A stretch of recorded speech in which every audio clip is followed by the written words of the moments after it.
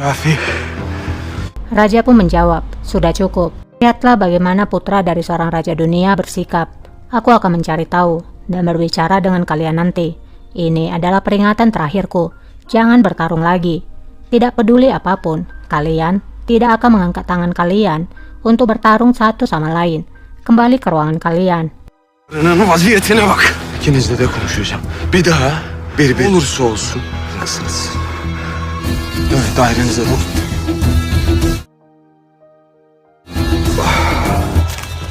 Hünkârımız. Penyakit raja kembali kambuh. Kembali ke harem, Humasa berkata, jika kamu ingin menyalahkan, salahkan saja dirimu, Kosem. Karena aku hanya memberikan Yasemin pada raja. Tapi sayang, Yasemin mendapatkan kecelakaan. Kosem pun menjawab, kamu menempatkan domba di depan singa.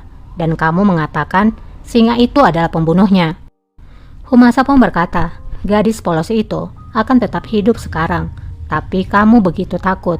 Kamu takut jika gadis itu mengambil raja darimu. Kosem pun menjawab, aku tahu kamu menempatkan gadis itu di harem untuk melukai raja.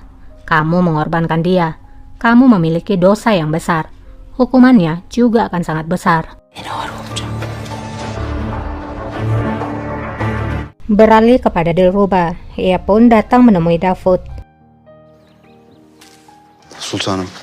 Davud menyambutnya dan berkata, Sultana, aku kira kamu tidak akan datang. Apakah kamu telah berubah pikiran? Atau mereka menghentikanmu? Dilruba menjawab, aku di sini, Pasa. Davud pun lalu mempersilahkan Dilruba untuk masuk. Buyurun Sultan. Apa yang sebenarnya akan dilakukan oleh Dilruba bersama Davud? Kita ikutin aja terus alur ceritanya. Kita beralih dulu kepada Halime. Ia pun bertanya pada Menekse, di mana Dilruba? Menekse menjawab, aku tidak tahu, Sultana. Ada sesuatu yang salah dengannya, Sultana. Aku mengira dia pergi ke taman untuk bertemu Halil Pasa. Tapi aku melihat dia malah pergi meninggalkan istana. Halime pun menjawab, tidakkah kamu mengenal bagaimana Dilruba? Dia menutupi jejaknya. Kamu harusnya mengirimkan Aga untuk mengejarnya. Belli etmez. Geçidin peşinden. Bagaimana dengan Mustafa? Kamu terus mengawasinya kan? Kamu memberikan obatnya kan? Menekse menjawab, aku memberikan obat padanya 1 kali pada pagi hari dan 1 kali lagi pada malam hari. Aku sangat takut, Sultana. Aku harap obat itu tidak akan melukainya. Halime pun menjawab, kita harus memberikannya sampai dia terbiasa dengan hidupnya. Berbicara mengenai obat, aku bertanya-tanya, obat apa yang diminum oleh raja? Kita harus mencari tahu apa itu. Menekse pun menjawab, apakah menurutmu itu penting? Halime pun menjawab, hanya ada satu cara untuk mengetahuinya. Yolu var. Kembali kepada Dilruba. Dilruba terlihat kini telah tampak berubah. Ia memakai penutup wajah. Rupanya, Dilruba melakukan pernikahannya diam-diam bersama Davud Pasa. Benar-benar gila ya si Dilruba ini. Abdullah oğlu Davud'u Mehir'e. Ettin mi? Ettim. Dilruba'yı Cele aldın mı?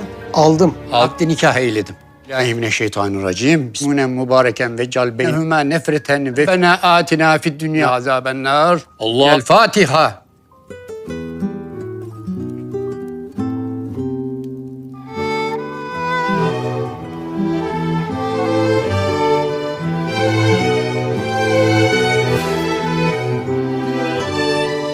Kita kembali dulu kepada Halime. Ia pun datang menemui dokter ke ruangannya. Sultanım. Hekimbaşı. Dokter yang melihat kedatangan Halime lalu bertanya, apakah kamu baik-baik saja, Sultana? Halime pun menjawab, aku baik-baik saja, tapi nampaknya raja memiliki masalah. Aku melihat kalau dia mengambil obat. Dokter pun menjawab, tidak ada yang serius, Sultana, hanya sakit perut. Halime pun bertanya, sejak kapan raja sakit? Dokter pun menjawab, aku tidak bisa memberikan informasi lebih lanjut. Seperti yang kamu tahu, ini adalah peraturan, Sultana. Di lain sisi, Iskandar lagi-lagi memandangi gambar Kosem.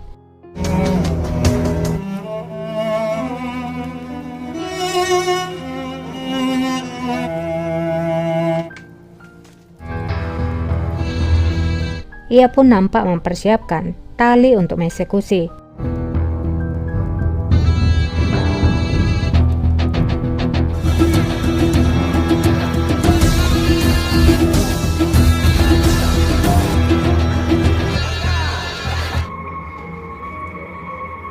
Hoş geldin beyim. Zulfikar terlihat mendatangi sebuah tempat yang sebelumnya ia dapatkan dari Hanzade. Seorang pria lalu menanyakan pada Zulfikar apa yang ingin ia pesan. Namun Zulfikar berkata, "Aku datang kemari bukan untuk itu. Aku ingin bertemu dengan Bekir. Ia datang setiap hari.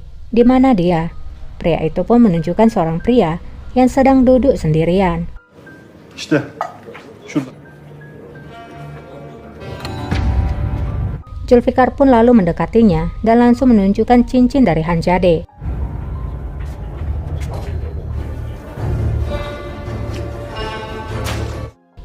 Terlihat juga ada beberapa pria yang masuk.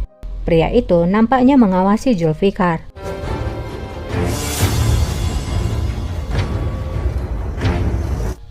Iskandar tiba di istana lama. İskender ağam. Gurbuz pun menyambutnya dan berkata, "Aku telah menunggumu. Safiye Sultan ada di dalam. Dia tidur lebih cepat." Iskandar pun kaget dan bertanya, "Mengapa kamu menungguku?" Gurbuz pun menjawab, "Aku tahu segalanya. Aku telah mengirimkan semua orang untuk pergi." Gurbuz pun lalu pergi setelah mengatakan informasi itu. Hizmette kim varsa yolladım.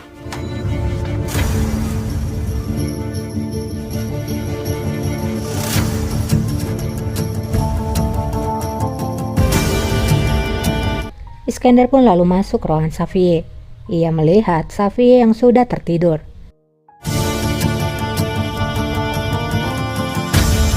Kita beralih dulu ke istana. Qasem nampak meracik obat untuk raja.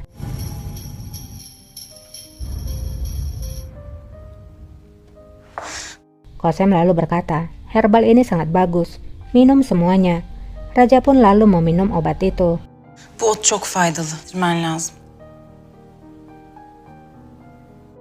Raja kemudian berbicara, "Setelah berbicara denganmu, aku memanggil Osman dan Mehmet. Aku membuat mereka bermain matrak untuk memperhatikan mereka. Tapi mereka malah bertarung di hadapanku." Qasem pun menjawab, "Aku tidak akan membiarkan mereka melakukan hal itu lagi. Tapi aku tidak tahu bagaimana menghancurkan dinding es di antara mereka. Itu semakin memburuk dari hari ke hari." Raja pun menjawab, "Kamu memang benar. Mereka melihat satu sama lain seakan seperti mereka adalah musuh." Kardeş değil, düşmanlar. Qasem pun menjawab, "Itulah yang membuatku takut, Ahmed. Kita akan menghentikan mereka selama kita hidup. Lalu bagaimana kemudian? Lakin sonra. Kita harus menemukan solusi." Raja pun bertanya balik, "Apa solusinya?" Qasem pun menjawab, "Seperti yang kamu lakukan pada Mustafa, yaitu tidak membunuhnya. Salah satu naik tahta, maka yang lain tidak boleh membunuh." Bu da kıymasın kardeşlerine.